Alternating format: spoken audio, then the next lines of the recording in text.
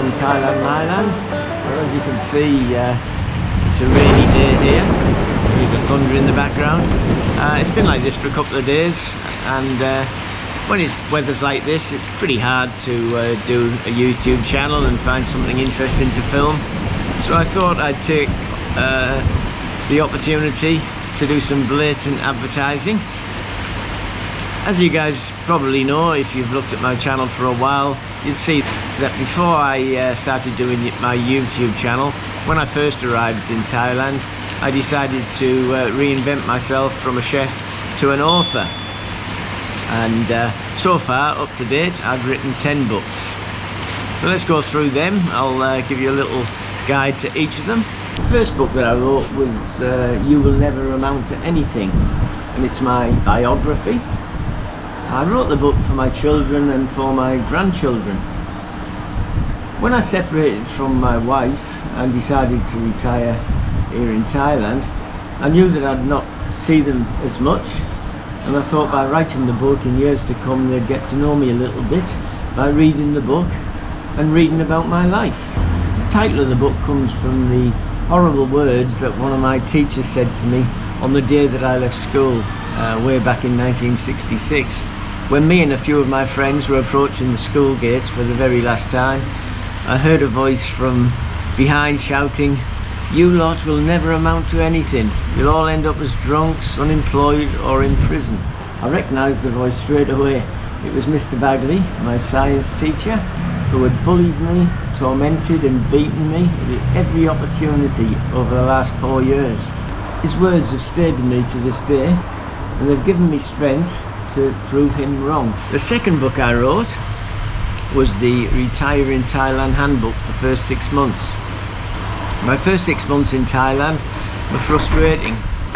When I dreamt about retiring here in Thailand, I thought that when I arrived I would get my retirement visa, rent a condo, buy a vehicle, then spend my time exploring my new country, going to the beach, going out for meals and meeting new friends. Unfortunately, reality took over, and I spent most of my time dealing with the Thai bureaucracy and trying to sort out the endless problems that arise when moving to a new country. Back in Australia, I already had a visa, my own house, my own car, medical insurance, driving license, bank accounts, credit rating, doctors and dentists. Moving to another country, I was more or less starting my life over, and I needed to establish myself within the Thai system. Government, banking, medical, everything that was just part of my everyday life back in Australia, I had to recreate in Thailand. So I decided to write the book about my experiences to help other retirees avoid the many mistakes that I made that cost me a lot of time and a lot of money. The third book I wrote was titled Same Same But Different, which is a saying widely used in Thailand. I asked a Thai lady once what the meaning was, and she answered, "You and me, we're the same, but we're different." So I suppose that sums it up. The book starts where the Retire in Thailand Handbook left off and takes you on an exciting journey through Thailand, stopping off at many of the cities and towns expat retirees now call home. I decided to take the road trip to find the ideal town in Thailand to eventually settle down and call home, and it's a journal of my trip. The fourth book, A Retiree's Guide to Southeast Asia, Cambodia, Vietnam, the Philippines and Laos, is a journal of a 2-month trip that I took through Thailand, Cambodia, Vietnam, the Philippines and Laos to help anyone who may be considering retiring or living in any of those countries. I did this trip on a budget, surviving on my pension and trying to live well within my means. The fifth book I wrote is a journal of a 5-week trip to Myanmar, Malaysia, Singapore and Bali by road, air, train and sea. And it's a guide for retirees or travellers who may want to live in those countries.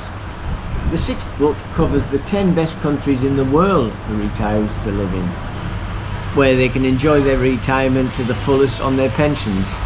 Those countries are Thailand, Malaysia, Vietnam, Bali, Cambodia, Spain, Portugal, Costa Rica, Belize and Panama. For my 7th book, I decided to get away from writing travel books, and I wrote The Deptford Mass Murders. The book is based on true events and is my interpretation of what I believe could have happened 115 years ago when fingerprints were used for the very first time in Great Britain to convict the Stratton brothers of willful murder. In 1905, a crime took place in London that would change the way that police forces around the world would identify criminal suspects, the Deptford Mass Murders. On the 27th of March 1905, Thomas Farrow was found beaten to death in an oil and paint shop he managed in Deptford, London. Anne Farrow, Thomas's wife, was also badly beaten, and she succumbed to her injuries and died in hospital 1 week later. This was the crime that the Scotland Yard Fingerprint Bureau had been waiting for since the Bureau was formed in 1901. A high-profile crime that will put the spotlight on the science of fingerprinting as a reliable, efficient and infallible system of identifying criminals. A week after the crime was committed, brothers Alfred and Albert Stratton were arrested and were later put on trial at the Old Bailey accused of willful murder. The prosecution had very little evidence to convict them, and what they did have was mainly circumstantial, except for a thumbprint that was found on the cash box in the Farrell's bedroom above the paint shop. Fingerprinting had never been used to solve a serious crime before in Britain, and was often seen as being untrustworthy and untested, with one magistrate writing to the Times, "Scotland Yard, once known as the world's finest organisation, will be the laughingstock of Europe if it insists on trying to trace criminals by the odd ridges on their skins." So book number 8 was called Murder in Paradise, and features Police Lieutenant Chai Son Sinuan of the Royal Thailand Police, an incorruptible police officer in a police force that's ingrained with corruption. I started to write this book while I was self-isolating during the COVID-19 pandemic, when I was diagnosed with coronavirus in April 2020. While in lockdown and seeing the effect of the virus and what it was having on the world, I decided to write a suspense novel that was centered around COVID-19 and that would highlight the difficulties and frustrations that any police force would face when trying to solve a major crime during the worst pandemic in over 100 years, when most of the population, except for essential services, were told by their governments to stay home and stop the virus from spreading. On the paradise island of Koh Samui, a young English girl's body is found. She's posed, looking out at the sea on Beauport Beach.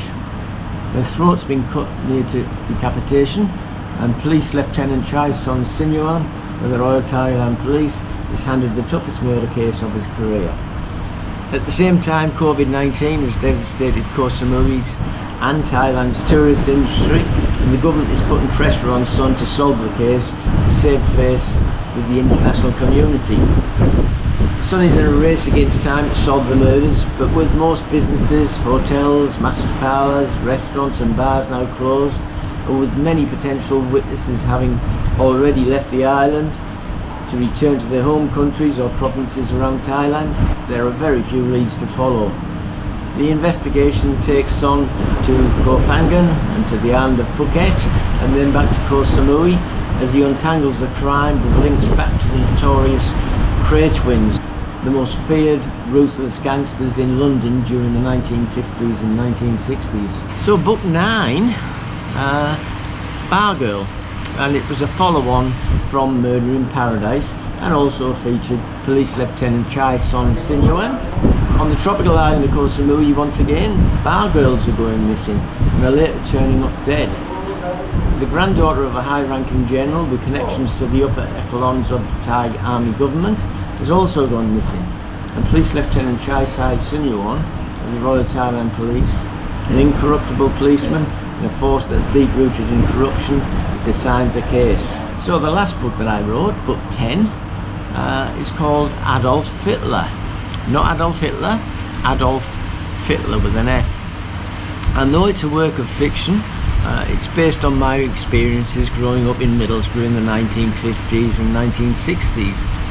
It tells the story of a young Adolf Hitler, whose father, John Hitler, was a Hitler-loving racist.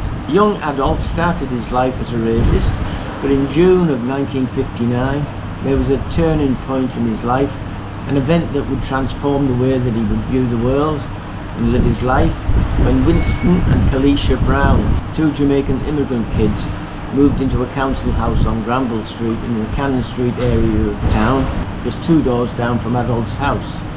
So those are the 10 books that I've written to date. I've stopped writing now. I've got more of an interest in YouTube, mainly because it gets me out and about, whereas writing books I'm stuck on a computer all day writing when the weather's beautiful outside. So YouTube for me is a little bit better at the moment, but I'll probably go back to writing books one day when my YouTube days are over. So if you think you might like any of those books, please go to my Amazon book site, and it'll have a description there of all the books, so you can have a look through, see if there's anything you like, and if you can, buy one or buy them all. I need all the help I can get at the moment. I'm trying to subsidise my pension a little bit. Obviously I'm not making money from my YouTube channel as yet, and probably never will, so I'm still relying on the sales from the books. So thanks very much for watching, and I'll see you in the next video. If you haven't already done so, please push the subscribe button. If you're thinking of retiring or living in Thailand, please take a look at my book, The Retiring Thailand Handbook, the first 6 months. You find it on Amazon. It's crammed full of information to help you tiptoe over the logistics of making Thailand your home in retirement. Thanks a lot for watching my channel. So until next time, stay safe, keep smiling, and I'll see you in the next video. Cheers for now.